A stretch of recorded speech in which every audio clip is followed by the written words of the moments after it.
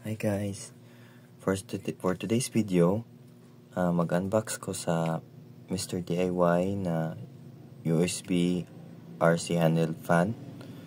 So, barato ra siya guys. Napalit na ko siya sa Mr. DIY tag 109. So, tara. This is the mini fan. So, nasa ay free na lanyard. So another I just place it in, then what's inside the box is the fan, and also the micro USB charger, the micro USB cord. Okay,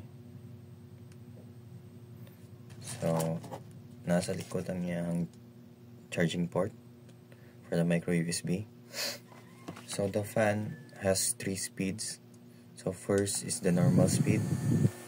So let's use the plastic.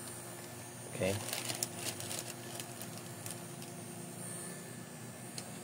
or this one na lang, paper na lang. Okay, so for the normal speed, okay, then the medium speed,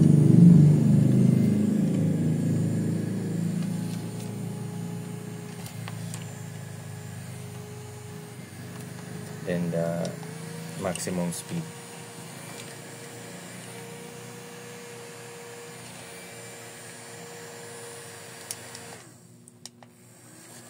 So na siya ay indicator kung hapit na malobat.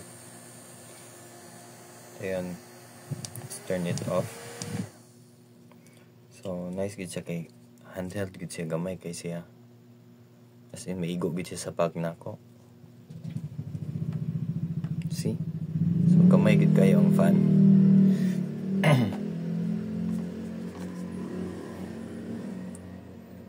So iyang charging time, para makita na po diri, is 1 to 2 hours. So yung battery voltage is 3.7 volts. So as I've said ganiha, nasa 3 speeds.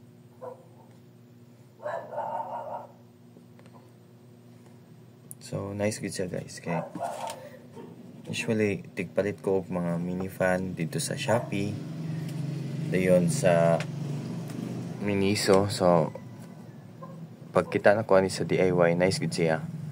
Okay, gamay kay siya, cute kay siya, as in. So mao to guys.